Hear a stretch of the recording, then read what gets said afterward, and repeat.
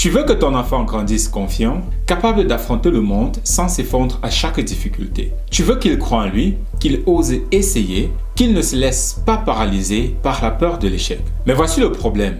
Tu fais tout ce que tu peux. Tu l'encourages, tu le félicites et tu le protèges. Et pourtant, chaque chose ne fonctionne pas. Il doute de lui, il abandonne vite et il a peur de se tromper. Et toi, le parent, la maman, tu te demandes, mais qu'est-ce que j'ai raté? La vérité est ceci, la plupart des parents confondent la confiance avec l'extraversion, les compliments constants ou la protection totale. Résultat, ils construisent une confiance très fragile qui s'effondre à la première difficulté. Ceci n'est pas de ta faute. Personne ne nous apprend vraiment comment construire ou bien bâtir la confiance en soi chez un enfant. Alors, aujourd'hui, je vais te montrer les 5 fondements scientifiques d'un enfant confiant, basés sur la théorie de l'attachement. Ces principes sont validés par des décennies de recherche en psychologie de l'enfant et notamment les travaux de John Bowlby sur l'attachement et de Carol Dweck sur le développement de la confiance par l'effort. Des centaines de parents, comme toi, appliquent ces méthodes et voient leur enfant transformer leur rapport en échec, en effort et à eux-mêmes. Mais attention, avant de construire la confiance, il faut d'abord détruire un mythe dangereux que presque tous les parents y croient malheureusement. Et tiens-toi prête, si tu sautes cette étape, tout le reste ne servira à rien. Et reste jusqu'à la fin parce que je vais aussi te dévoiler les 7 comportements qui détruisent silencieusement la confiance en soi de ton enfant, et ceci même si tu l'aimes profondément. Alors, si tu veux comprendre vraiment comment élever un enfant solide de l'intérieur, appuie sur Follow maintenant. Parce que ce que je vais partager pourra complètement changer ta façon d'éduquer. Alors, avant de passer à la suite, je vais prendre 10 secondes parce que nous avons remarqué un phénomène étrange. Plus de 70 qui regardent nos vidéos ne sont pas encore abonnés à la chaîne. Donc, est-ce que tu peux me rendre un tout petit service? Vérifie que tu es bien abonné et sinon, prends juste 3 secondes pour le faire. C'est la façon la plus simple et gratuite d'aider la chaîne à grandir. Et comme ça, mon équipe et moi, nous pouvons continuer à te proposer du contenu de qualité. Merci à tous ceux qui prennent le temps de le faire. Je l'apprécie vraiment. Alors, sans plus tarder, passons aux choses sérieuses. Alors, commençons par le plus important. Redéfinis ce qu'est vraiment la confiance. Parce que si tu pars avec la mauvaise définition ou bien la mauvaise compréhension, alors tout ce que tu vas faire sera bancal. La plupart des personnes pensent qu'un enfant confiant, c'est un enfant qui parle fort, qui n'a jamais peur, un enfant extraverti. Et cela, c'est faux. Ça, c'est une vision occidentale complètement déformée de la confiance. Et le pire dans tout ça, c'est que des millions de parents essaient de forcer leurs enfants à rentrer dans ce moule. Et pourtant, ce n'est même pas ça la vraie confiance. Alors, c'est quoi la vraie confiance? La vraie confiance, c'est ça. Je me fais confiance pour affronter la réalité et même quand ceci est inconfortable. Un enfant vraiment confiant se dit, je peux essayer, je peux me tromper, je peux apprendre. Je vaux toujours quelque chose même quand j'échoue. Tu vois la différence? La confiance, ce n'est pas une personnalité. La confiance, c'est une capacité interne. Et c'est la conviction profonde que tu peux gérer tout ce qui arrive et même si c'est difficile. Et la bonne nouvelle dans tout ça, c'est que cette confiance se construit. Selon les recherches en psychologie du développement, cette confiance se développe à travers l'expérience et pas à travers des compliments vides. Cela n'est pas une fatalité. Ce n'est pas comme ça qu'il est né. Pas du tout. Mais juste qu'il n'a pas encore appris à se faire confiance. Nous allons voir comment tu peux l'aider à construire cette confiance en soi. Maintenant que nous avons redéfini ce qu'est vraiment la confiance, on peut passer aux 5 fondations concrètes qui la construisent chez un enfant. Alors, écoute bien ce que je vais te dire. Parce que si tu rates la première fondation, tous les autres ne serviront à rien. La première fondation, l'attachement sécurisé. Une petite histoire là-dessus. Une maman nous a contactés pour son garçon de 12 ans parce qu'il avait énormément confiance en lui et des problèmes d'apprentissage. Et c'est là qu'elle nous explique comment, quand son garçon est né, elle a passé tout le temps à la maison avec son enfant jusqu'à 6 mois. Mais à 6 mois, elle a dû laisser son enfant à la maison à une nounou pour aller travailler.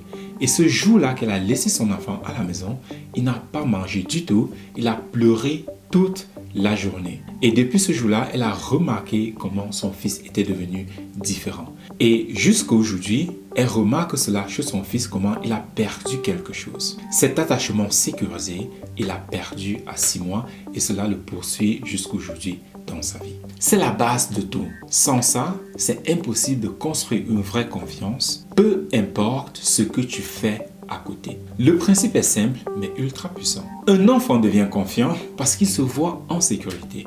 C'est aussi simple que ça. La théorie de l'attachement qui a été développée par John Bowlby, il y a un processus qui se met en place. D'abord la sécurité, ensuite l'exploration, puis l'autonomie et finalement la confiance en soi. Très logique. Concrètement, ça veut dire que si ton enfant se sent émotionnellement vu, protégé et respecté, il va même oser échouer parce qu'il sait qu'il est en sécurité. Par contre, si cette sécurité n'existe pas, deux choses peuvent arriver. Soit il va développer une fausse confiance, une sorte de façade pour comprendre, soit il va vivre dans la peur constante de mal faire ou bien de décevoir. Et tu sais quoi? Les signaux quotidiens qui construisent cette sécurité, c'est vraiment pas compliqué. Ce sont des petits trucs très simples. Tu écoutes ton enfant avant de le corriger. Tu prends le temps d'expliquer au lieu de juste l'humilier ou de le punir. Et tu restes calme émotionnellement, même quand c'est difficile, même quand tu es frustré. Un enfant qui sait que tu es là, stable, peu importe ce qui arrive. Pourquoi? Parce qu'il sait qu'il a une base sûre où il peut revenir, peu importe ce qui se passe dehors. La fondation numéro 2, le langage, sa fondation intérieure. Maintenant, passons à la deuxième fondation. Et celle-là est souvent sous-estimée, le vocabulaire émotionnel. Laisse-moi t'expliquer pourquoi c'est si important. La confiance d'un enfant grandit avec sa capacité à mettre les mots sur ce qu'il ressent. Et je sais que ça va paraître bizarre de le dire comme ça, mais écoute bien. Si ton enfant peut nommer une émotion, du genre dit « je suis frustré » ou encore « j'ai peur », il ne va plus craindre comme avant. Si il peut expliquer un problème avec des mots, alors il ne va plus paniquer face à ce problème. Et s'il peut demander de l'aide clairement, alors il ne va plus se sentir impuissant ou bien bloqué. Je te prends un exemple concret pour que tu puisses bien visualiser. Imagine que ton enfant pleure parce que sa tour de bloc vient de s'effondrer. La réaction classique, celle qu'on voit tout le temps, c'est de dire on minimise, on veut juste que cela s'arrête. Mais la réaction qui construit vraiment la confiance, c'est plutôt celle-là. Tu es frustré parce que cela n'a pas marché comme tu le voulais. C'est tout à fait normal de ressentir ça. Je te comprends. Tu vois la différence énorme entre les deux? Dans le deuxième cas, les mots donnent une structure aux émotions. Et cette structure crée une stabilité intérieure chez l'enfant. Et cette stabilité, justement, c'est ce qui devient de la confiance en soi sur le long terme. D'ailleurs, des recherches en développement cognitif, notamment celle de Lev Vygotsky sur le langage et la pensée, montrent exactement ça. Quand un enfant peut verbaliser ses expériences internes, il peut mieux les réguler et les comprendre. Donc, un enfant qui peut dire « j'ai peur », au lieu de paniquer juste en silence, il a déjà fait la moitié du chemin vers la confiance en lui. La troisième fondation, la compétence avant les compléments. Maintenant, nous arrivons à la troisième fondation. Et je tiens à te prévenir, cela va secouer pas mal de parents. Parce qu'elle va à l'encontre de ce qu'on entend toujours. Voilà tout simplement la vérité. La confiance ne vient pas des compliments. Elle vient de l'action, du fait des expériences concrètes. Alors, arrête tout de suite avec les « tu es intelligent », tu es incroyable, tu es le meilleur. Sérieusement, arrête ça maintenant. Parce que ces phrases créent une confiance ultra fragile. Elles reposent sur qui l'enfant est, mais pas vraiment sur ce qu'il fait. Et ça, c'est un énorme problème. Le jour où ton enfant échoue, et crois-moi, même comme c'est ton enfant, tu l'adores, il va échouer parce que tout le monde échoue. Toute cette soi-disant confiance s'effondre d'un coup. Parce qu'il se dit ceci, si je ne suis plus le meilleur, je ne suis plus intelligent, alors qui suis-je? Je ne vaux plus rien. Et ceci est encore pire si ton enfant n'a pas le vocabulaire pour faire cette réflexion. À la place, utilise plutôt des phrases comme « c'est bien, tu as pratiqué longtemps, félicitations. Excellent, tu as résolu cela étape par étape et ceci tranquillement. » Tu vois, Ces phrases construisent 3 choses essentielles chez l'enfant. La confiance en soi basée sur l'effort, la résilience face aux difficultés et la discipline pour continuer même quand c'est dur. Carol Dweck, qui est psychologue à Stanford, l'une des plus grandes universités américaines, a passé des décennies à étudier exactement ça. Elle a découvert que les enfants, quand on les félicite pour leurs efforts, développent ce qu'elle appelle un état d'esprit de croissance, ou encore growth mindset en anglais. C'est la croyance qu'ils peuvent s'améliorer par le travail et la persévérance. Par contre, les enfants qu'on les félicite juste pour leur intelligence, eux, par contre, ils ont développé la peur de l'échec. Parce qu'ils ont peur de perdre cette étiquette d'intelligence ou de doué. Un enfant vraiment confiant, c'est une chose au fond de lui. Mes actions comptent. Pas mon intelligence naturelle, pas ma chance, pas qui je suis. Mes actions, ce que je fais au quotidien. La 4e fondation, le droit d'échouer sans honte. Alors, maintenant, nous arrivons à la 4e fondation. Et celle-là, franchement, c'est elle qui fait la différence entre un enfant qui ose et un enfant qui se paralyse. Voilà ce que tu dois comprendre. La confiance meurt dans la honte. Elle meurt littéralement quand l'échec devient quelque chose de honteux. Réfléchis 2 secondes. Si chaque fois que ton enfant fait des erreurs et que cela se termine par des cris, des moqueries, des comparaisons avec son frère ou bien sa sœur, ou même juste par ta déception visible sur ton visage, qu'est-ce qu'il apprend? Je suis seulement aimé quand j'ai réussi. Quand j'échoue, alors je ne vaux rien. Et une fois que cette croyance s'installe dans sa tête, c'est fini. Il ne va plus essayer, oser quoi que ce soit de nouveau. Parce que le risque de perdre son amour, il est trop grand. Alors, qu'est-ce qu'il faut faire à la place? C'est simple, mais ça demande du travail sur toi-même. D'abord, tu normalises l'erreur. Et c'est même nécessaire pour apprendre. Ensuite, tu analyses calmement ce qui s'est passé, sans émotion violente et aussi sans drame. Et enfin, tu corriges sans violence émotionnelle, sans faire comme si c'était la fin du monde.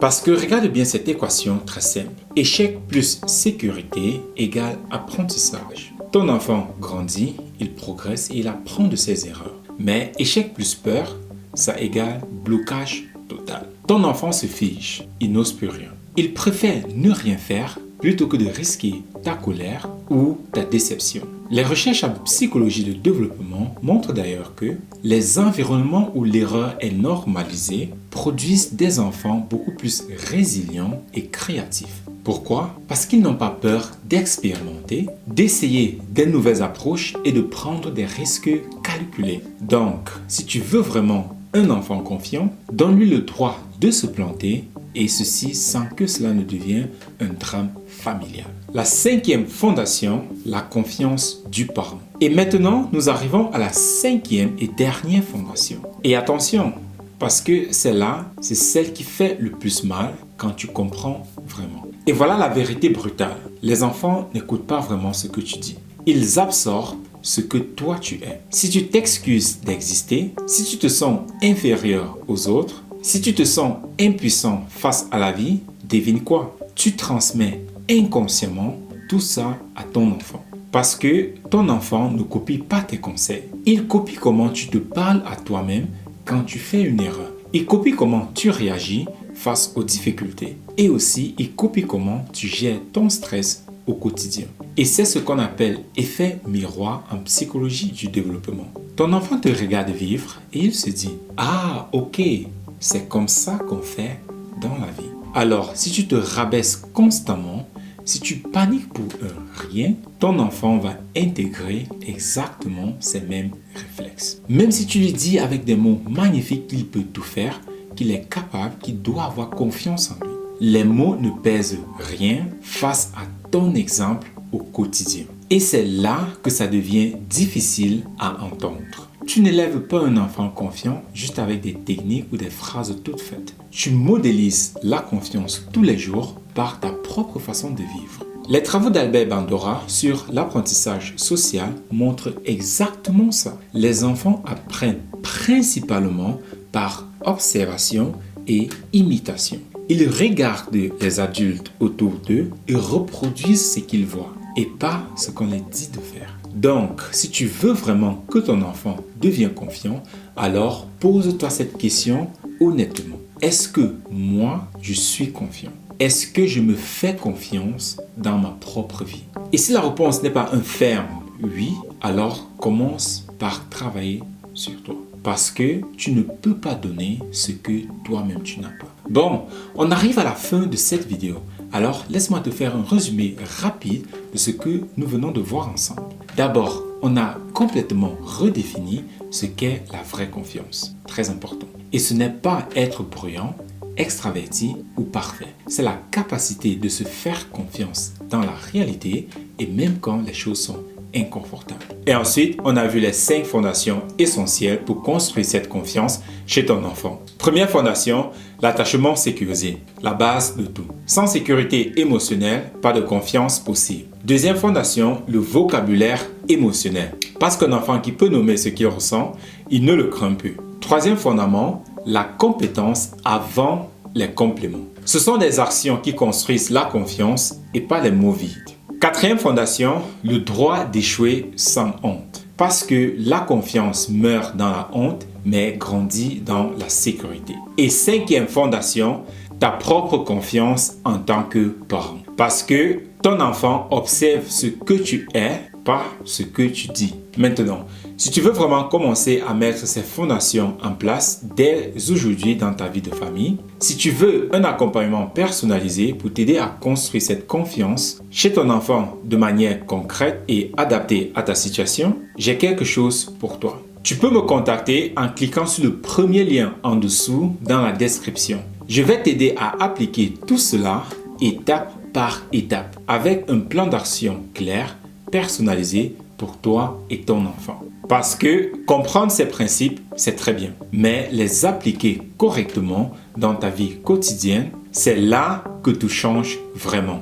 Alors, si tu es sérieux et veux vraiment transformer la confiance de ton enfant, clique sur le lien maintenant et commençons le travail. Merci d'avoir regardé jusqu'au bout et on se retrouve très bientôt dans la prochaine vidéo.